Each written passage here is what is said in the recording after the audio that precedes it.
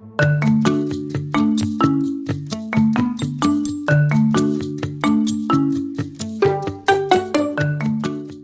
hi, I'm Bernie Jaroslaw, Marketing Manager for Whitmix. Welcome to another Quick Takes. Today I have the pleasure of speaking with Danny Ulaszek. Danny's the Vice President of Operations at Artistic Dental Laboratories in Chicago. Having grown up in the dental lab, he's been at the bench since he's about 15 or so. Since taking over the operation, Danny has brought in additional CAD/CAM equipment to improve the lab's product development, and he's directed the overhaul of the company's already robust disinfection process, pretty important nowadays. As a team leader for the Terek group, Danny has positioned himself to best be able to understand and implement all of the newest technologies in the field and strives to always be on the cutting edge in the dental laboratory space. So Danny, welcome, great to see you again. Thank you for having me. And thank you for joining us. This is a pretty cool forum.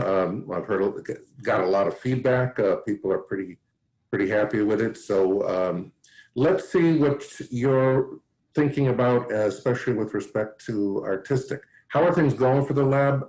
I'm sure they're better, but what's happening? Yeah, I mean, it's if you would have asked me in January how we'd be sitting here halfway through the year plus, I would not have predicted the year that we've seen. It's been a literal roller coaster with our financials where you just see the whole dip down, and then luckily we did also get that U-shaped bounce back up. So, you know, we're sitting here August 5th, and July's numbers are looking pretty good. You know, I mean, we bounced back to about where we were in 2019, and at this point in this year, that's about as good as I could ask for it.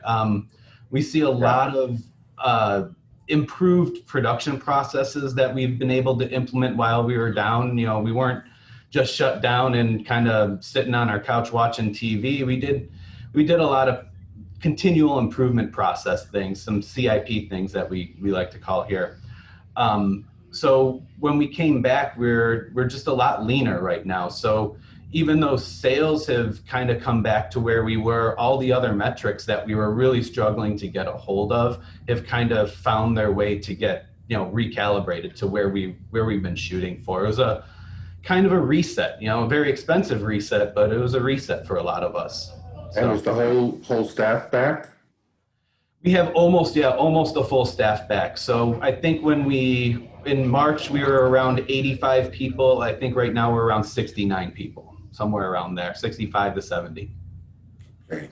Yeah, I think that's true with most labs. In fact, I've talked to labs who say that, some of them, that they're still struggling a little bit and maybe at 60-70% of the workflow of the work that they had pre-COVID, but yet I've talked to some who have 120% and are doing even better for whatever reason that is. But I think it's what you said, implementing the new technologies and the workflows, and that's probably the reason, I think.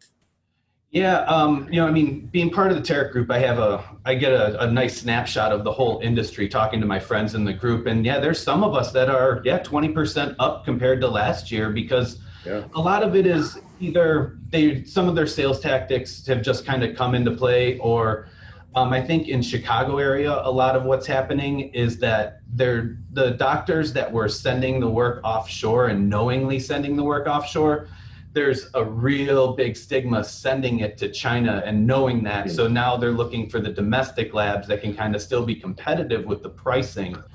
And pricing is kind of, even from what I've seen, become a little bit less important. It will become just as important soon, but doctors are more concerned about getting their offices and their practices back up and running, knowing the product is going to be there and knowing it's going to fit. Because right now they can't be as efficient as they were before, and remakes are going to be even more costly than they were before. Yes, right. Yeah, that's a very good point, especially about the overseas stuff. I've heard that, and I think that makes a lot of sense today. Yep. And I love to see it. You know, we've been fighting that battle with NADL for a long time. So. Sure. So what specific changes have you implemented in the lab? Even physical ones. Do you have physical changes, structural changes to the lab? We have a thermometer mounted on the wall now. So, Yeah. so everyone That's comes a in and physical they take change. their temperature, which I never thought we would be doing that. But you know, I mean, hand sanitizers, the tracking of all this stuff, that's the obvious stuff you have to do when you're a company of our size. You know, I mean, we we take our employee health very seriously. We take our patients' health very seriously. And so right off the bat, we had that type of infrastructure change and that policy change. We all get to wear these wonderful little doodads all over the place. Yeah. But as far as processes go, we really just kind of looked at the way the product was flowing through the laboratory and how we could minimize the amount of touches on it. Right. Almost all of our full contour crowns were being fired twice at the stain and glaze. Well, why are we firing it twice? All these stain systems are meant to be doing it once, but we've somehow trained ourselves to get it most of the way there the first fire and then finish it off the second fire. Well, we work on that, we get it all down, we retrain, and now we're able to put through, you know, a lot more work. I'm gonna probably around 30%, I think, is where it came down to, more work out of the same amount of time. So we're able to get 30% more work out of the same staff in the same department, which can now lower our labor, lower our time on task costs, and we just become more profitable, more efficient, and better capable for the growth that we're pushing for later this year. Good for you. That sounds like a great change. And it's what we look at everywhere you go. You know, I mean, I don't know if you know, ever had the chance to meet Vince Munoz, but No, I don't think so. Vince, he was part of Dental Wings for a while, but before that, he was part of Glidewell. And the way he explained his job at Glidewell is he ran a team of 6 or 7 people, and their whole job was to find 1 minute to cut off of a Bruxer crown every day. Because you're doing so many thousands of these, just saving 1 minute just snowballs into a huge amount of savings dollar-wise and labor-wise. And that's kind of how we go about our processes and audit our systems, just walking through step by step by step, and just how can we just save a minute here or a minute there, or stop moving the pan across the laboratory just to move it back across the laboratory. And that's really where we've seen our efficiencies come into play. Sounds great. Sounds like you've done a lot of work for that in the workflow. It's a culture change. Once you get your managers on it, they start coming up with ideas and they start seeing it, and then you got to celebrate those things, especially nowadays. It's kind of depressing to be out in the world right now. So if you can come here and celebrate even the little wins, that's what we're going to do right now. Good for you, Dan. Hey, another question is, do you find like dentists are changing the way they're doing their work? For instance, has there been a change in the digital side of things? Do you get more digital impressioning sent in than you did before? Is there a change? Because that would make sense. Yeah, so pre-COVID, we were getting about 20 to 25% of our work in through intraoral scanning. Since then, I was looking at it last week. Last week, about 34% of our work came in. It's a huge jump in just a couple months there. I mean, we expected it, and we were prepared for it, and we want that work to come in that way. But I think the doctors just kind of understood and kind of reutilized that equipment that may not have been being utilized properly in their offices, or got retrained on it and saw the importance of that. And I mean, to be honest with you, I don't want to handle PVS impressions. It's just another way to infect your staff, and it's just another risk. So. And that's what I meant. I think there's a big shift, a paradigm shift, you know, in having digital impressions as opposed to bloody, saliva-laden ones. So nobody likes dealing with it. Nobody wants to.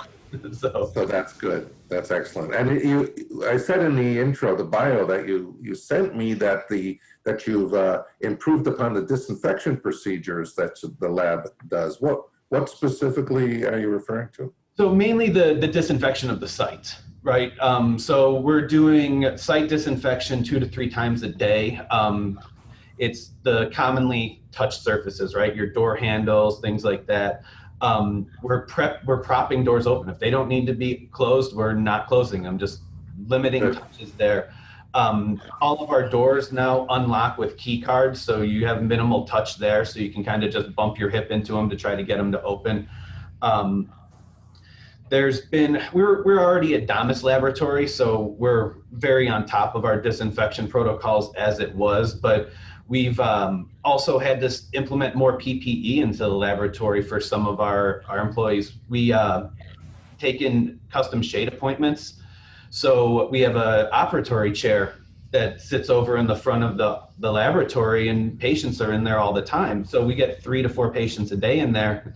And we needed ways to disinfect or to seal it off. And one of the things we actually did was get a 4-foot wide roll of movers cellophane, the movers wrap. Yeah, yeah. And we have it mounted at the end of the chair on a roller. And now we just roll up the plastic, secure it to the back. The patient sits in there, and when they're done, we cut it, we rip it, and we throw it away. And it's now the chair's disinfected. And it's kind of the experience that we've had to go to, and the ingenuity that some of the staff around here have used to just kind of get prepared for this. And like, listen, we want to get back to normal type business. And if, a bunch of plastic wrap is what we need to do, we're going to do it. So that is very clever, I have to say. That's a first. Haven't heard that before, but it sounds like it's obviously working. So that's terrific.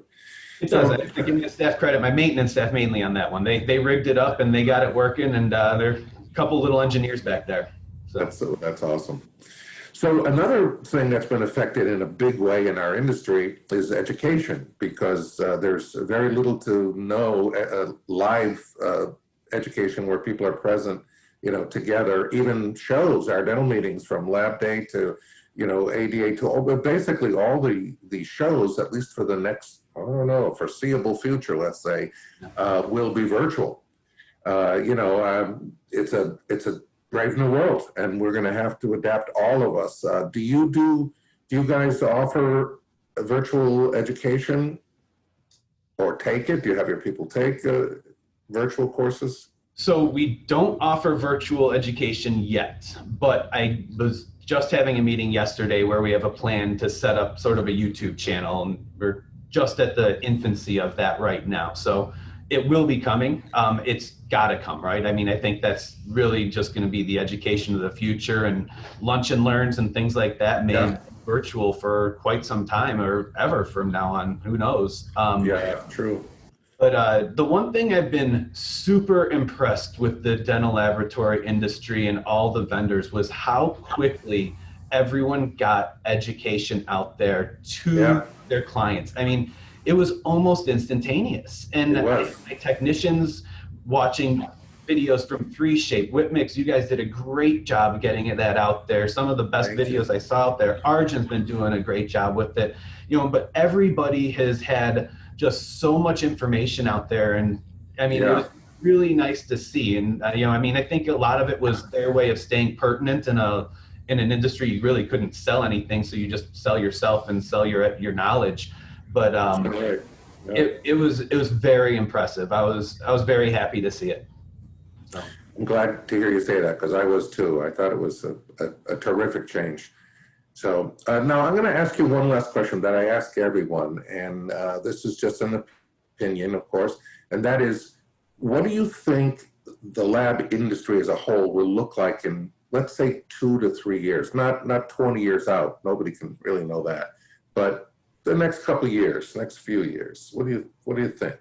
Well, I mean, the generic answer to that is more automation, right?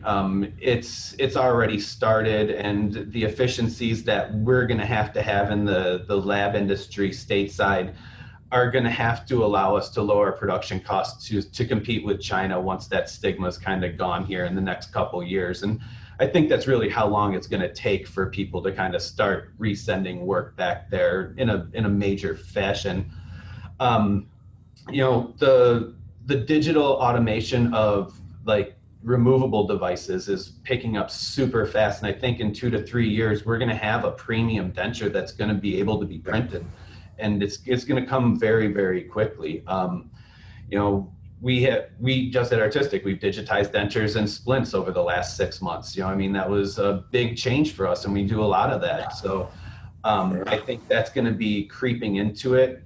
I think the labs are going to get bigger. They're going to get bigger through consolidation, unfortunately, I think. the pandemic is going to push a lot of the small shops that were already struggling out. I mean, the older lab owners that had those 2, 3, 4-person laboratories that were just trying to get a few more years in until they sold or closed down and walked into retirement, this might have been that final straw for them, or that point where they just say, you know what, this is my sign. It's time to go. And unfortunately, those are some of the best artisans we have out there too. I mean, those are the guys that I've learned so much for, and I love seeing them come into the laboratory and share their wealth with us. So it's going to be sad, but I also think that some of the laboratories are going to start getting gobbled up by some of the larger DSOs. I think they're going to really start kind of vertically integrating the laboratory into theirs, even more so than what they are now.